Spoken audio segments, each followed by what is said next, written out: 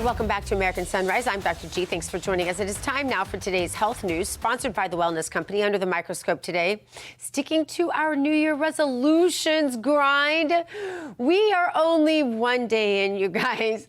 How are those New Year health goals going? Well, if you're already struggling on day one, here are some tips to help create some healthy habits and keep that routine. Starting now with physical health, start tracking your steps. This is an easy measure. You'll realize how many meaningful steps you're taking to see if more is needed. Try to give yourself just 30 minutes to walk. It can be grounding. It can be, mind clearing. Track it with a fitness app.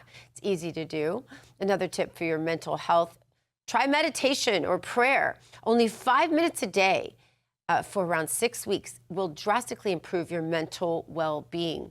Also, a great way to do this, journaling, starting with twice a week. You can see stressors and problems. They'll become illuminated. And if you use journaling in conjunction with prayer, I'm telling you, you will start seeing solutions. I actually have a book coming out this year that's going to help you with all of that. But for right now, do it anyway. Even if you just start a gratitude journal, I think that's a great way to go too. This will help you mentally, emotionally, and physically. Just a gratitude journal. You can put one in your living room open. Just have your family write what they're thankful for. As for emotional health, go outside and smell the roses. Schedule a coffee date with a friend or family member. Write down 3 things every day before bed that you're grateful for, or even just one thing, even just one. Start with small steps. I think that's the important thing. Don't overwhelm yourself and don't decide you're going to revolutionize your whole life on every level and start working out 10 hours a day and journaling 3 pages every day and reading your Bible a whole chapter every night. Thing is, easy steps, bite-offable, just a couple times a week, small steps, and then you can increase your habits and they will become more consistent. Well, you know that stubborn ache that ice, heat, or pain pills won't touch? Well, TheraBlue was designed to go deeper. This next generation peptide gel uses aquamolecular delivery technology to drive relief ingredients past the skin into the muscle tissue. Powerhouse trio, I'm telling you guys. Copper peptide to reduce inflammation, NAD+ to restore cellular energy, methylene blue protects your mitochondria, helps support real recovery, not just numbing, right? Plus MSM, turmeric, white willow bark, arnica, and ginger calm inflammation, while menthol and camphor give that cooling relief that feels so good. Get 10% off right now at twc.health/RAV, code RAV. Move freely again with TheraBlue. Let's send it over to David. Thank you, Gina. All right. You can't say 10%, by the way, with the code RAV. 10%. No, I know. But you got it in anyhow, didn't you? All right. You did. In a very different way, that idea of pausing and refocusing for the new year is playing out in politics and the media right now. The political landscape is changing, and so is the media landscape. And so who better to talk to? Well, that would be Curtis Houck. He's managing editor of NewsBusters at the Media Research Center and a good friend of the show. Curtis, look, the changing media landscape, I'm curious to get your take on who are the biggest winners and losers in 2025. And what about as we head into 2026, the ones ahead of the pack as we head into the new year? Good morning to you. Hey, good morning. Happy New Year. Good to be with you guys. Well, first of all, I have 2 big winners of 2025 and into 2026. I would say conservative media. You know, we're here on Real America's Voice. You know, conservative journalism in the last year has shown that it's not just putting on real news, but it can do so on a massive scale. It can scale up. It's providing real journalism. It's not the Pravda state-run media that the left may pander and lampoon everyone as. Just earlier this week, the Washington Examiner had a story pointing out that 70% of illegal immigrants captured by ICE last year were either charged with serious crimes or had been convicted of serious crimes. That's the kind of serious hard facts journalism that we're not seeing in the liberal media.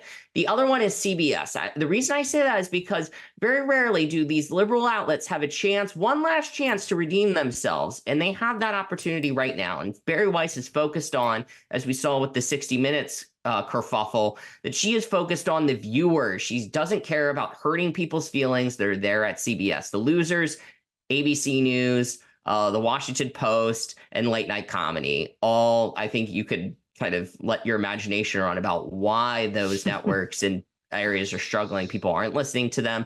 They're virulently anti-Trump. They're full of hatred. In the Washington Post case, they tried to change the op-ed pages, make it more like the Wall Street Journal, but their reporting is still extremely liberal, and they've pissed off the left. So it's all just one kind of mess that Bezos kind of needs to dig himself out of going into 2026 here.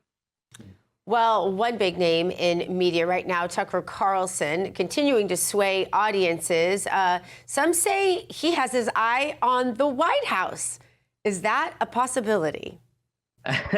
I'm not entirely sure. I mean, maybe he does see the reasoning for it because Donald Trump came out of nowhere. Donald Trump was doing the NBC Apprentice thing. He was a builder, whereas Tucker has worked for really most conservative publications that were around in the 90s at some point, the Weekly Standard. He was on CNN. He was on MSNBC. He was on Fox News. Now he's doing his own thing.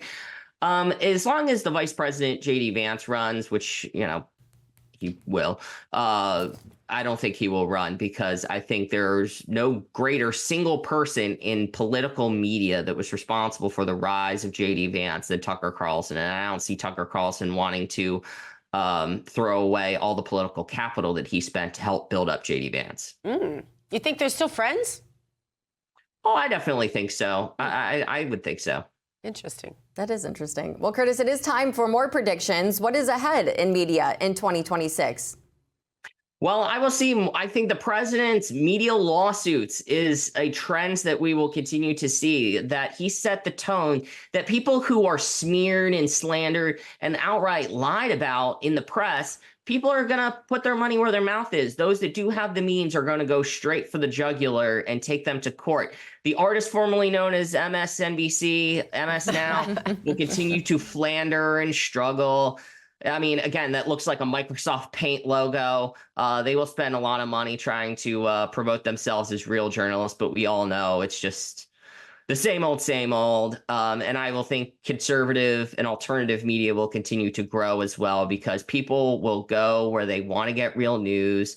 They will still have a balanced news diet, but I just think that I will always say the internet is a net positive for all of the things about loneliness and sin that kind of percolates on the internet, overflowing at times. I will always say it's a positive because people have access to greater sources of information at their fingertips. It's the great equalizer.